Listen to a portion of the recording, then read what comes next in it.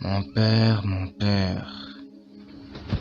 en ce jour je me prosterne et je t'adore. Je te prie aujourd'hui pour que tu puisses me parler de la fin des temps.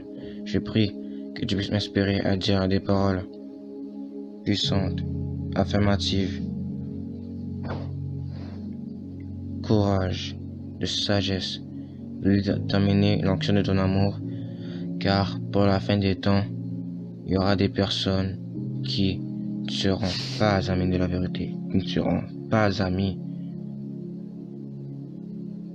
de ton esprit, pas amis du vrai chemin et pas amis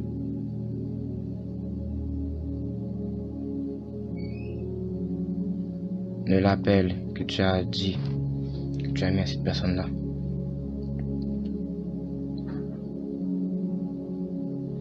Tu es celui qui pèse nos esprits. Tu es celui qui fait élever tes voix dans nos voix. On va chaque jour dans une nouvelle nature divine. La première peut être le débit de notre fruit, des petits fruits. Le deuxième sont les moyens fruits. Et le troisième sont les grands fruits. Sont les grands fruits.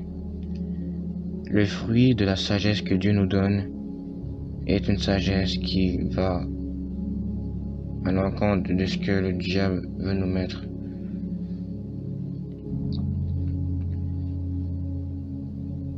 Tu fais en sorte que notre esprit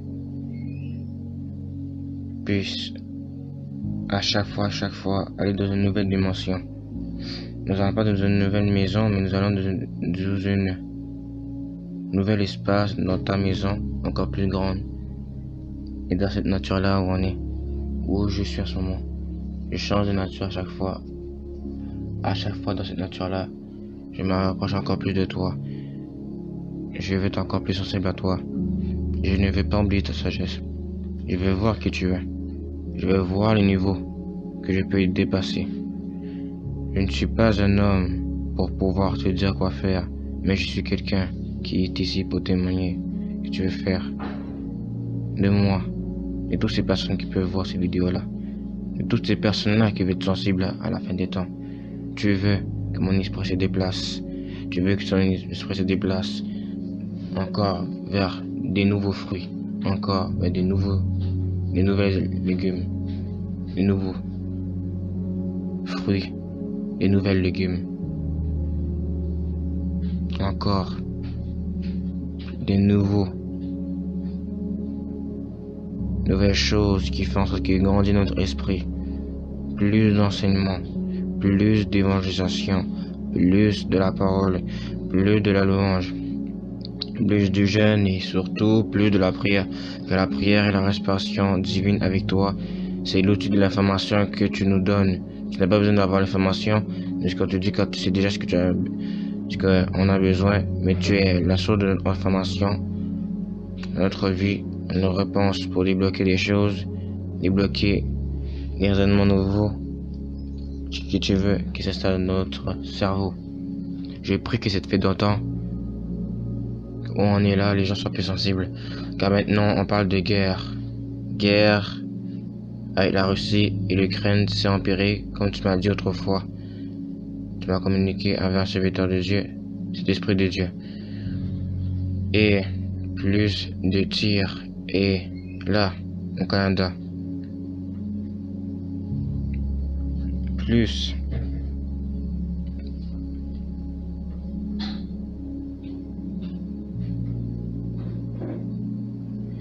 de tentation vers l'homosexualité, vers la transsexualité. Et là, ils veulent obliger des enfants de les suivre à devenir homosexuels. Non par une conviction ils veulent faire, mais par une obligation, car ils croient que ça va les sauver. Ils veulent faire des opérations sur des jeunes enfants, sur des adolescents, parce qu'ils croient que ça va leur sauver.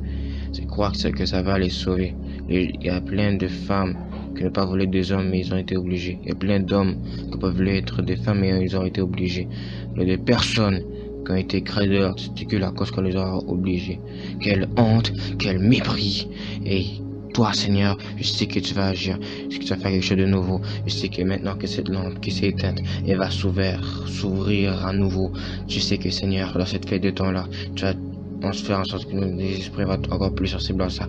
Dénoncer la transsexualité de ce que eux ils veulent faire, de ce que la communauté LGBTQ veut faire, de ce que la transsexualité veut faire. Non, non, non, non. Les enfants doivent voir. C'est une abomination. J'ai vu dans une vidéo, Seigneur, une jeune enfant. Un jeune enfant, en fait, un jeune enfant qui se prend pour une fille alors qu'il est un garçon, qui se prend pour quelqu'un d'autre alors qu'il ne l'est pas. Je ne suis formé avec un seul sexe et pas deux sexes. Non, les non-binaires n'existent pas. Est-ce que quelqu'un a deux genres en même temps n'existe pas? Que tu sois une fille ou un garçon créé par Dieu, l'être humain ne peut pas te modifier. Tu ne peux pas te modifier car Dieu t'a créé tel que tu es. Seigneur Jésus, viens sanctifier ces cœurs, viens enlever ces esprits mauvais, viens enlever les fondements de l'obligeance, de la transsexualité qu'ils veulent faire dans nos enfants, dans nos familles, dans notre entourage. Non, quelqu'un qui est lesbienne ou qui était homosexuel est un très très grave péché devant toi. Tu veux sauver l'homosexuel, tu veux le sauver, tu ne veux pas le condamner, tu ne le veux pas. Tu ne veux pas le condamner, mais tu veux qu'il s'ouvre à toi. Tu ne veux pas qu'il soit condamné, mais tu veux qu'il s'ouvre à toi seul. Tu veux qu'il puisse s'éteindre à lui-même pour qu'il soit un nouvel esprit. Quelqu'un qui va vouloir briser les faux raisonnements que l'ennemi a mis. Tu veux être quelqu'un qui va faire chasser les esprits impurs qui venaient dans sa vie. Tu veux être celui qui va venir mettre un esprit nouveau, un cœur nouveau, une mentalité nouvelle, des émotions nouveaux, avec des volontés qui va te plaire. Je veux qu'en ce moment tu fermes ta télé, tu fermes ta porte, tu fermes la porte de ta salle de bain, tu fermes la porte de ta voiture et tu dis maintenant, Seigneur, est-ce que tu aimes ce que j'ai choisi d'être? Est-ce que tu aimes ce que j'ai choisi de faire? Est-ce que tu aimes la direction que j'ai envie de faire? Est-ce que j'ai désobéi à ta volonté? Est-ce que j'ai désobéi à ta volonté? Est-ce que je suis sourd à ta volonté? Est-ce que je suis sourd à ta volonté? Mon Père, en ce jour, en cette dimension, je chasse et je prends autorité contre ces esprits impurs et je dis que maintenant, tu vas maintenant prendre autorité contre les gens qui sont venus contre moi, qui sont venus mettre des choses qui sont impures contre toi. Tu vas venir mettre une disparition divine de tout ce que l'ennemi a prévu de faire sur moi. Je ne veux pas être manipulé par l'homme, je ne veux pas être manipulé par les choses de ce monde, je ne veux pas être manipulé par ces choses mauvaises, parce que la perversion est là, la perversion est là. Je ne veux pas être quelqu'un qui est perverti par le transgenre dans notre partie intime, dans notre genre. Je vais être un garçon, rester un garçon.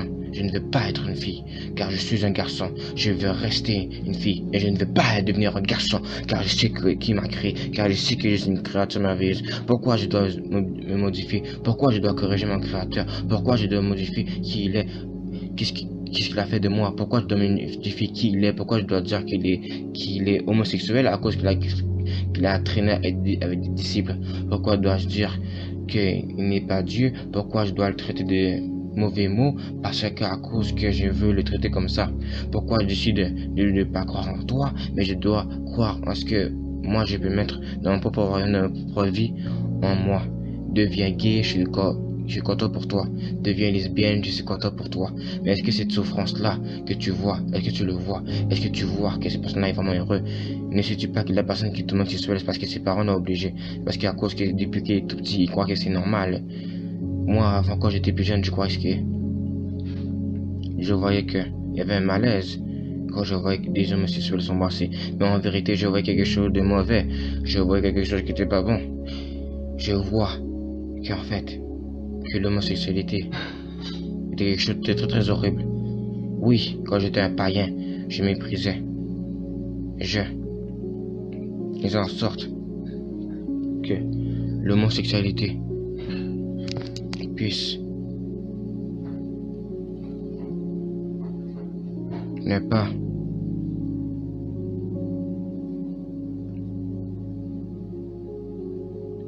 être un genre que je puisse aimer. Oui, l'homophobie a été en moi comme beaucoup d'autres, mais quand nous recevons Christ, quand nous cherchons en profondeur de cet esprit, la présence de Dieu, nous sommes plus sensibles aux homosexuels. Ces hommes-là et ces femmes-là souffrent. Ceux qui se disent qu'ils sont heureux, c'est faux, car leur esprit souffre. Si vraiment vous êtes heureux, disiez-vous vraiment si vous allez aller au ciel après la mort? Disiez-vous vraiment si vraiment Dieu aime ce que vous faites? Oui, plusieurs homosexuels croient en Dieu, mais croyez-vous au Dieu de la Bible? Car plusieurs homosexuels ont créé leur Bible à eux et qui blasphèment le nom de Dieu.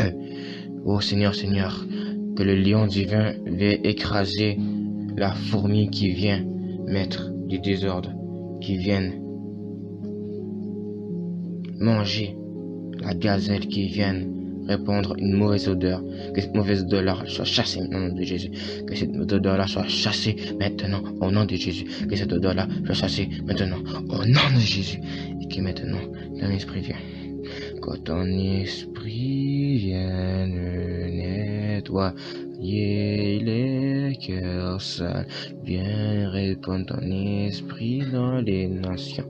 Que la paix vienne, qu'on arrête de laisser accès à l'ennemi, parce que je veux avoir ta main sur moi, une pluie divine qui va créer une nouvelle histoire.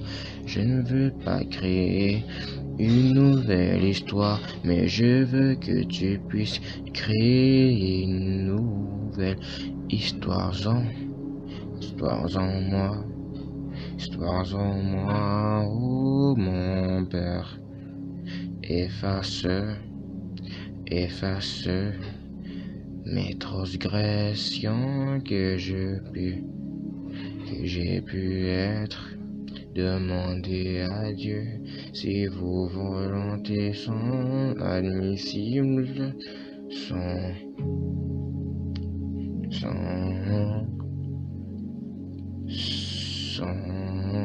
en beau terme avec lui. Dieu n'est pas une religion, mais Dieu est une relation. Parmi la vie éternelle, on retrouve la sagesse de Dieu encore plus en profondeur. Sa loi est parfaite et il veut qu'on le suive. Dieu ne condamne pas les homosexuels, Dieu ne condamne pas l'impudique, Dieu ne condamne pas le meurtrier, Dieu ne condamne pas le pédophile. Dieu ne condamne pas ces gens-là. Dieu condamne le péché qui est en toi, mais pas toi. Tu es merveilleux, tu es fort, tu es puissant. Dieu veut te délivrer de ce péché-là. Et Dieu ne t'haït pas. Dieu ne t'haït pas. Dieu t'aime. Dieu veut te voir dans son royaume avec lui. Dieu veut que tu reviennes à lui. Dieu veut que l'homosexuel revienne à lui. Dieu veut que le meurtrier revienne à lui. Dieu veut que les forceurs reviennent à lui. Dieu veut que les gens qui sont associés à la science, à l'intelligence artificielle, à la technologie, à leurs besoins, à leur travail, plus que lui, reviennent à lui. Dieu t'aime. Dieu veut que son esprit revienne. Que ton esprit revienne vers lui. Jésus revient bientôt. La fin du monde arrive bientôt. La mentalité de l'Antichrist vient.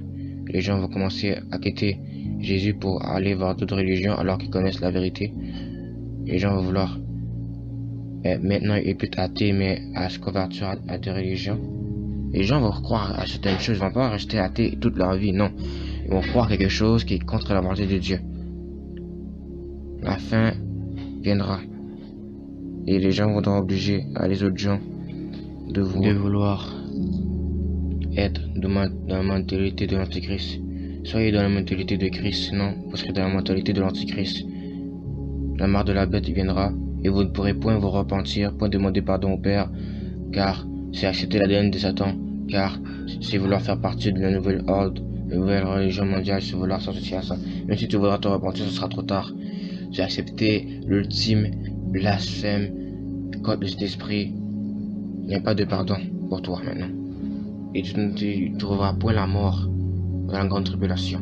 Car ce sera pendant 7 ans, et puis après ça, Dieu viendra revenir pour régner et jettera l'antichrist et le faux prophète dans l'abîme.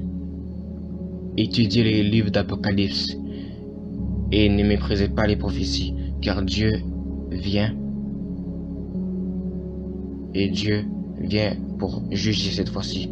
Il ne vient point pour sauver, il vient pour juger. Tu dois accepter son sacrifice maintenant, parce que tu ne pourras pas accepter son sacrifice après. Il n'y a pas de pardon après la mort.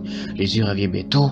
Tu seras soit inscrit dans le livre de vie, ou soit inscrit dans le livre de la mort. Tout dépend de ta décision. Ton futur t'appartient à toi seul. Toi seul peux déterminer où tu iras, quel univers voudras-tu paraître, si tu voudras être ennemi de Christ ou ami du Christ. Les gens voudront quitter le Christ pour pouvoir croire des choses et soit contre lui, et des choses pour dire comme ça que il n'existe pas. Car ces choses-là veulent dire que Christ n'existe pas. Mais Christ vous dit maintenant qu'il existe. Je vais vous révéler ça maintenant dans votre chambre, où que vous soyez, pendant que vous dormiez, ou avant que vous alliez dormir, ou pendant votre journée. Le Seigneur va vous apparaître et vous allez pleurer. Ignorez ces gens-là qui peuvent se moquer de vous, ignorez ces gens-là qui peuvent essayer de vous culpabiliser et vous enlever de l'esprit de Dieu. Car l'intimité avec Christ se fait dans le secret, et le secret vous répondra comme le Seigneur a répondu à cette jeune femme qui perdait du sang. Mettez vos dons pour Dieu et laissez-vous toujours croître dans son amour, une intimité avec le Saint-Esprit, afin que sa grâce vous protège toujours. Travaillez sur votre salut afin que vous ne le perdiez point. Car celui qui abandonne ce salut est semblable à celui que quelqu'un abandonne son troupeau pour s'associer vers un autre troupeau, vers le mauvais troupeau qui est le troupeau qui fait croître de la boue. Et la boue sur cette terre est temporaire.